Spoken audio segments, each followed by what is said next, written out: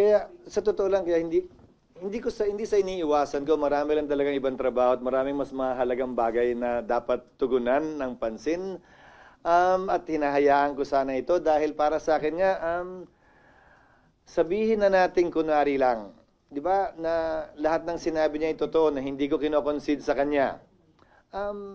Anong ko-question niya sa korte? Anong illegal, anong bawal? Dahil sa dulo, ang tanong, yung GAA ba, yung General Appropriations Act ba, yung enrolled bill ba, may blanco ba?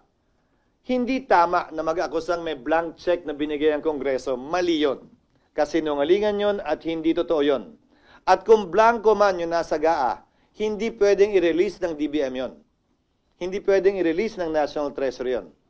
Kung may typographical error sa enrolled bill, na let's say may blankong linya doon na sinabi Project ABCDE o Kalye o Road ABCDE na walang amount, hindi pwedeng releasean yun at sulatan ng amount ng kahit sino man yun.